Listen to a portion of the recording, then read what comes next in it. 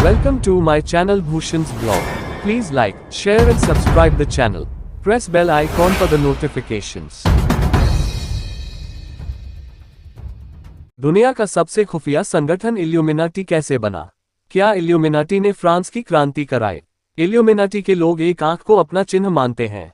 इस आंख को एक त्रिकोण में रखकर ग्रुप का लोगो को काला चोगा और सर पर अजीब सी टोप पहने कुछ लोग एक घेरा बनाकर खड़े हैं। बीच में आग जल रही है। जमीन पर आड़े तिरछे कुछ चिन्ह बने हैं। बैकग्राउंड में बजता संगीत और लैटिन भाषा में दोहराए जा रहे कुछ मंत्र। सीक्रेट सोसाइटी या खुफिया संगठन का नाम जब हम सुनते हैं तो ऐसी सी छवि दिमाग में उपजती है। इंटरनेट पर secret societies illuminati secret society search करें तो आपको एक नाम पढ़ने को मिलेगा, इल्यूमिनाटी। ये नाम आपने फिल्मों, किताबों और खुफिया कहानियों में कई बार सुना होगा। कॉन्स्पिरेसी थ्योरीज की माने तो इल्यूमिनाटी दुनिया का सबसे खतरनाक संगठन है, जिसके सदस्यों में बिल गेट्स और ओपरा विनफ्रे जैसे नाम शामिल है। इन थ्योरीज के अनुसार अमेरिकी राष्ट्रपति JF कैनेडी की हत्या से लेकर देशों के बीच युद्ध करवाने और सरकारें गिराने में इस संगठन का हाथ रहा है। इन कॉन्स्पिरेसी थ्योरीज में कितनी सच्चाई है ये तो आप अपने विवेक से तय कर सकते हैं, लेकिन बकौल इतिहास इल्यूमिनाटी नाम का एक संगठन इतिहास में हुआ जरूर करता था। क्या था ये संगठन, क्या थे इसके सीक्रेट नियम और ये कैसे काम करता था, चलिए जानते हैं। इल्यूमिनाटी कैसे बना? इल्यूमिनाटी किस्से की शुरुआत होती है साल 1748 से। मध्य यूरोप में एक राज्य हुआ करता था, बवेरिया। बवेरिया के इंग्लोस्टाड नाम के एक शहर में जन्म हुआ एडम वाइसाफ्ट का। वाइसाफ्ट के पूर्वज यहूदी थे और बाद में उन्होंने ईसाई धर्म अपना लिया था। एडम वाइसाफ्ट को धर्म और धार्मिक कानूनों में रुचि थी, इसलिए बड़े होकर वो इंग्लोस्टाड की यूनिवर्सिटी में धार्मिक कानूनों के प्रोफेसर बन गए। वाइसाफ्ट के सामने एक दिक्कत थी, वो ये कि वो खुद पादरी नहीं थे, जबकि यूनिवर्सिटी का प्रशासन पादरियों से चलता था। वो भी कोई आम पादरी नहीं, बल्कि ये सभी रोमन कैथोलिक चर्च के विशेष संप्रदाय जेसुइट्स का हिस्सा थे। जेसुइट्स ऑर्डर की स्थापना 16वीं सदी में हुई थी और इनका काम था दुनिया भर में ईसाई धर्म का प्रचार करना। ट्रिविया के लिए बता दें, साल 1580 में जेसुइट्स ऑर्डर के 2 पादरी मुगल बादशाह अकबर के दरबार में पहुंचे थे। अकबर न केवल उनसे खुश हुए बल्कि लाहौर में उन्हें एक चर्च बनाने की इजाजत भी दे दी। बहरहाल किस्से पर आगे बढ़ते हैं। एडम वाइसाफ्ट ने अपना नाम स्पार्टकास रखा था। 18वीं सदी के मध्य में जेसुइट्स ऑर्डर के तारे गर्दिश में चल रहे थे। कारण यूरोप के देशों की जहां जहां कॉलोनियां थीं, वहां सारा काम शोषण और गुलामी से चलता था। गुलामों को बुरी हालत में रखा जाता था। जेसुइट्स गुलामी के खिलाफ तो नहीं थे, लेकिन गुलामों के साथ बेहतर बर्ताव की वकालत करते थे। ये यूरोपियन साम्राज्यों के हितों के खिलाफ था, इसलिए जेसुइट्स पादरियों पर लगाम लगाने के लिए उन पर प्रतिबंध लगा दिए गए। जेसुइट्स खतरे में थे, इसलिए वे उन सभी को शक की नज़र से देखते थे जो उनके ऑर्डर का हिस्सा नहीं थे। एडम वाइसाफ्ट भी जेसुइट्स का हिस्सा नहीं था, इसलिए उसको भी दबाने की कोशिश हुई। इस बात से खींचकर वाइसाफ्ट ने ऐसे दूसरे संगठनों की खोज शुरू कर दी जहां उसके विचारों को आज़ादी मिले। वाइसाफ्ट धार्मिक कानूनों और तौर तरीकों में बदलाव चाहते थे। उसका मानना था कि धर्म को विज्ञान के साथ साथ चलना चाहिए। इन विचारों को बढ़ावा देने के लिए उन्हें साथी चाहिए थे, इसलिए उन्होंने फ्रीमेसन्स नाम के एक समुदाय से जुड़ने की कोशिश की।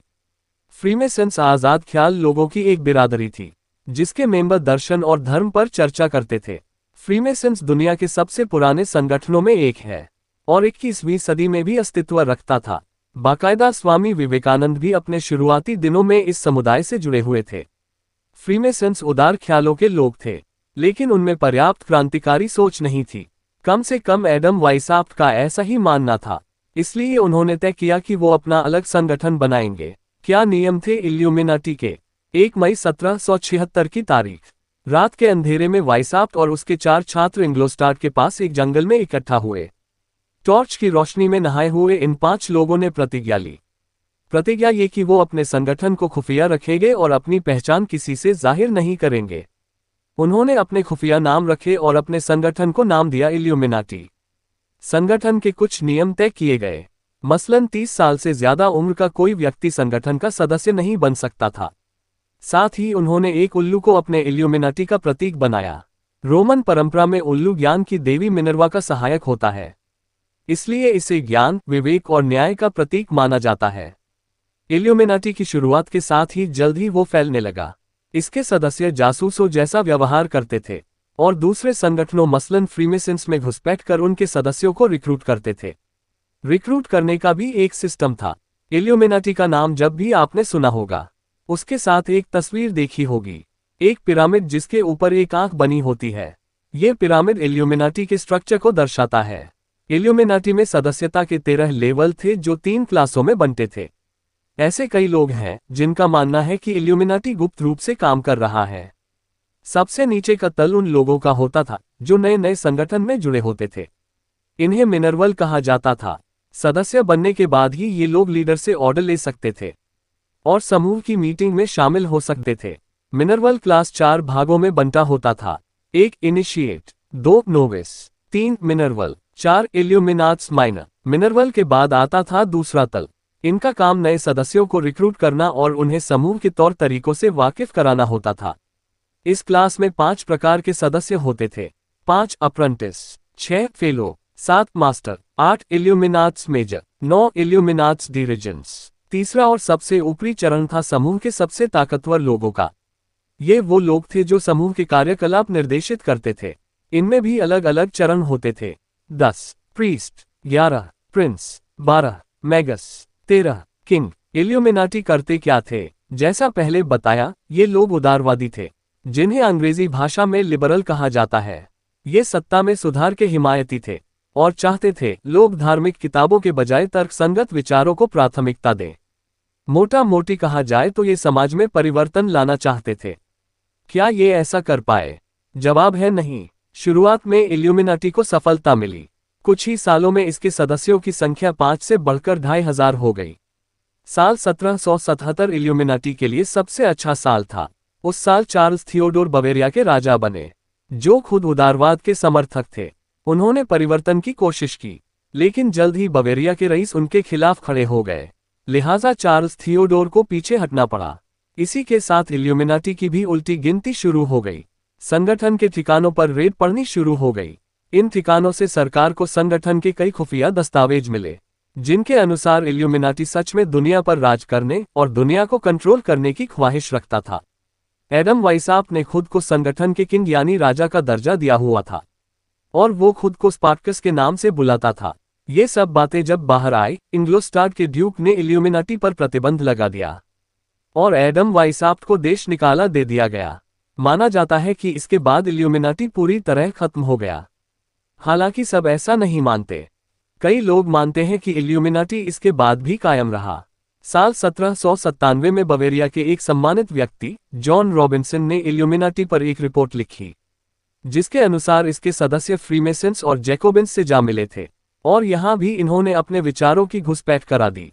जैकोबिन्स के साथ नाम जुड़ने के कारण इल्यूमिनाटी का नाम जिंदा रहा, क्योंकि जैकोबिन्स फ्रांस का एक राजनीतिक क्लब था जिसने फ्रेंच क्रांति को अंजाम देने में महत्वपूर्ण भूमिका निभाई थी। यहां से इल्यूमिनाटी का नाम एक मिथक बन गया, क्योंकि ऐसा माना जाने लगा कि जो संगठन फ्रांस जैसे ताकतवर साम्राज्य में क्रांति करवा सकता है, वो बाकी जगह भी ऐसा कर सकता है।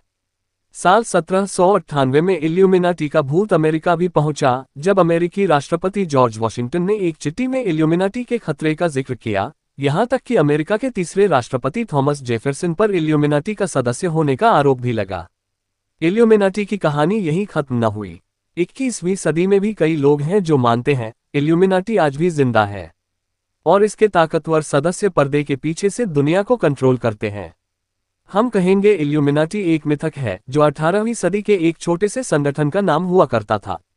लेकिन फिर हमारे ऐसा कहने से कोई फर्क नहीं पड़ता, क्योंकि जो लोग इल्यूमिनाटी में विश्वास रखते हैं वो ये भी मानते हैं कि इल्यूमिनाटी का कोई सदस्य ऐसी ही बात कहेगा।